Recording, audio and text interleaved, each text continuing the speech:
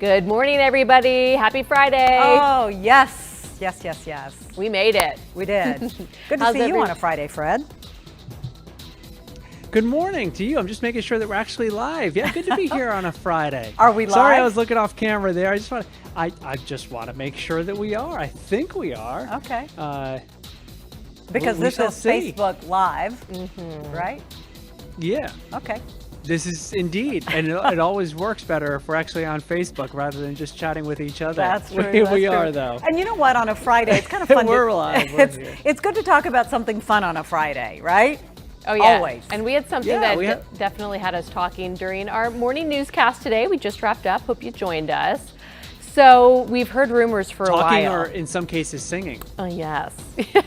We've held out on the singing, but I don't know. We might break it out now. So rumors are confirmed now. The 1987 classic Dirty Dancing is getting a sequel.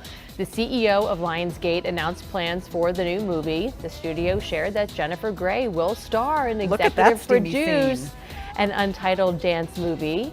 Of course, she played Frances Baby Houseman, who has a summer fling with Patrick Swayze's character Johnny. The studio CEO says the new movie will, quote, be exactly the kind of romantic, nostalgic movie that the franchise's fans have been waiting for. So, Fred, what is our question that we're asking this morning? I believe the question is, do you like sequels? Right? I think that's pretty much our question. So how do you feel about when classic movies are either remade or there are sequels to classic movies? Sequel or remake. Do you like sequels or remakes of popular movies? Yeah. So with this one... Is Dirty Dancing... What's that, Fred? Go ahead. It's I'm hard saying, is it a classic or is it just a popular movie? Oh, this is both, I think. I love Dirty Dancing. And I love the original so much. I'm curious to see what they do with it, but I'm hesitant to jump on board because I think I tend to lean toward I just love the originals, keep it with what we love. Anytime I see this, when I'm flipping through the channels, I have to stop and watch the whole thing. And I just love it. And, Jennifer Grey, that's awesome. She's a part of it. Unfortunately, we no longer have Patrick Swayze with us, and they just made the original. I just love it. I love it. So I don't know. I wish them the best of luck with the remake. I'll check it out, but I'm hesitant to say it'll be awesome because usually they're not, right? I mean, for the most part, I think. Like Rocky is, to me, that's like in my top 5 all-time favorite. All of them? Great movies. But then you get Rocky 2 and 3 and on and on and on, and you're like, please stop. Just leave it alone, right? What do you think, Fred? Well, for me, I loved Rocky 3. Now, maybe I was just more in my wheelhouse at that time. I think when Rocky 3 came out, I was maybe 11 or 12 years old, something like that. When the original Rocky came out, I was probably a little bit too young for it. Right. But it's interesting. So I did a little bit of research. So I wouldn't really call myself like a huge movie buff. I'm not one of those people who remembers every line to every movie. Megan, Dumb and Dumber. But I will say that a couple that were on some lists that I did a little research on that I think that the sequels were actually better than the originals. I am one of those people who thinks that The Empire Strikes Back is better than the first Star Wars that came out. And I also think that the best movie in the Toy Story franchise was Toy Story 3. Oh.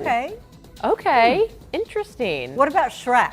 Did you see Shrek 2?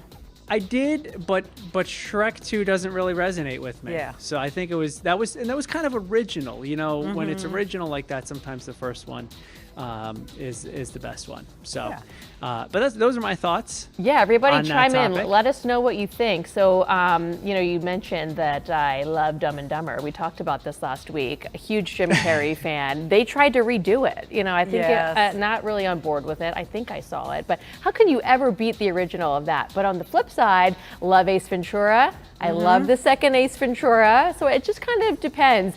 Our producer Justin gave us some recommendations. I'll just throw these out. He says Jurassic Park, Tron, Bad Boys. I love all the Bad Boys. Blade Runner. The upcoming Top Gun. Good call. Indiana Jones, Halloween. What do you think of those?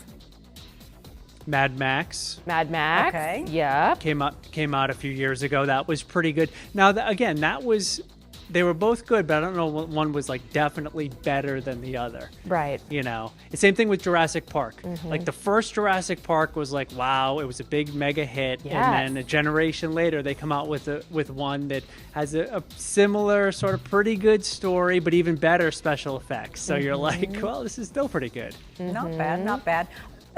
What about all the vacation movies? Now, those were good. Yes. I good. love those. Yeah.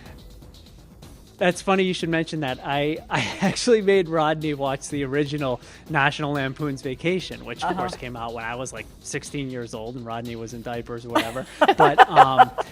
But it stood up.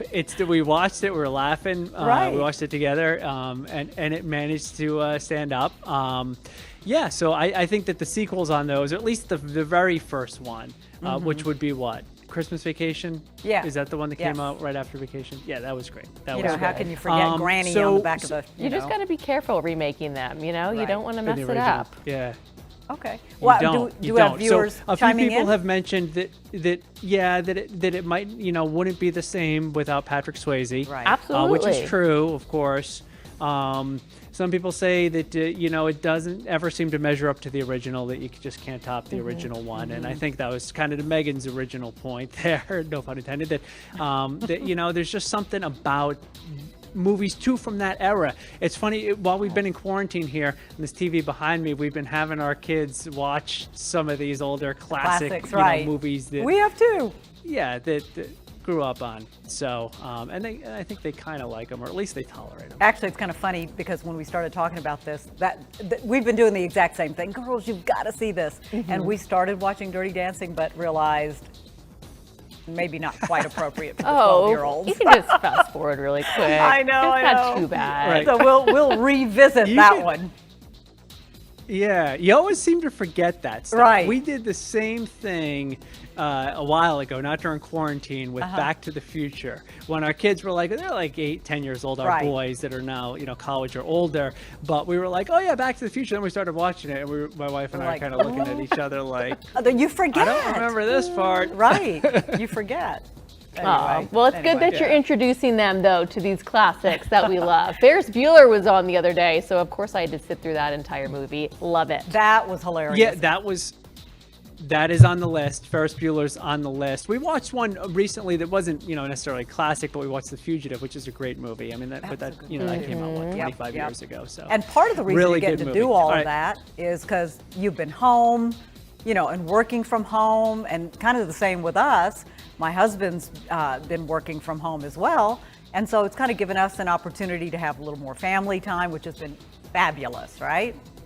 And Facebook is actually saying that they're going to extend their Facebook policy. I mean, I'm sorry, not their Facebook policy, but their work from home policy until next year, like a year from now, and says they're going to give their employees $1,000 to kind of set up a home office. And earlier, Mark Zuckerberg had said that, had indicated that more than half the company's employees actually could be working remotely for the next 10 years. And there's other big tech companies too that have been kind of going down the same road. Google saying that their workers are going to work from home until 2021. And Twitter says, guess what? Our workers may work from home indefinitely. So I know we've mentioned and talked about this in the past, but I like it. They all have one thing in common. They're all tech companies. Right. They're all virtual. So if you can, right? They can. So very, very easy for them to do it. We managed to do it here, but as you can our viewers can tell, it's not without a little bit of difficulties. There's a very slight delay between us. That's why we sometimes talk a little bit over each other. So it's not ideal, but we're managing to do it. I don't know, how many movies can you watch with your kids if you're if you're talking about 18 months of working from home? A lot. But I have to tell you, run the gamut there. I have loved, and maybe your wife will say the same thing, or maybe not, Fred. I don't know. She may send you back to the office. But I've loved having my husband at home. Matter of fact, he had to go into work this past weekend, and the girls and I looked at each other and I said, "Gosh, this is weird." I said, "Daddy's not here. It feels really weird around here." Yeah, definitely a case-by-case basis. I Right. think some people thrive in that office environment or be near the coworkers, and for our job too, kind of playing off each other and being in the room together. And other people, they might need the peace and quiet. And if you've got the family running around, it's really so different for everyone. But like you say, I know we keep mentioning this every week, but it's only because more and more companies are changing their policies, and we want to let you know who's making these changes. Right, So it's pretty right. interesting to watch. Yep. And you want to It seems to work pretty well for me. So I've liked it. All right, I'm gonna have 4 computers sitting in front of me here. I'm able to broadcast. People like the microphone. All right, so I guess I sound okay.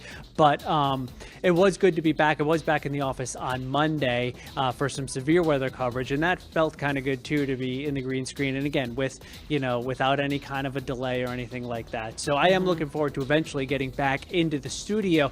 I'm working on a Friday, which has been unusual this summer, and that's because Rodney is off for a little bit. We know Rodney loves Las Vegas, and Yes. this is right up Rodney's, right into Rodney's wheelhouse here as far as work from home and Las Vegas. So MGM is doing, what do they call it, Viva La Office? Yes.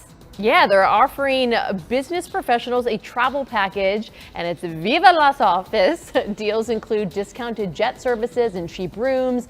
It includes an executive assistant, which is actually a personal concierge, and the package is billed as the ultimate home away from home office experience. It's right now limited to the Bellagio and Aria. For more information about this, you can log online right now. Do some research if you're interested. mgmresorts.com. I found this to be kind of hilarious. I was like, really, Vegas? Really? I've got to go to the office? Right. to a casino? Right, and then the paycheck ends up on the craps table. Exactly. Well, hey, they're trying to get everyone out there, so we shall see if it works. All right, we have to leave it there. Everybody have a great Friday. Keep the comments coming, and we will continue to read them. Have a great weekend. See ya.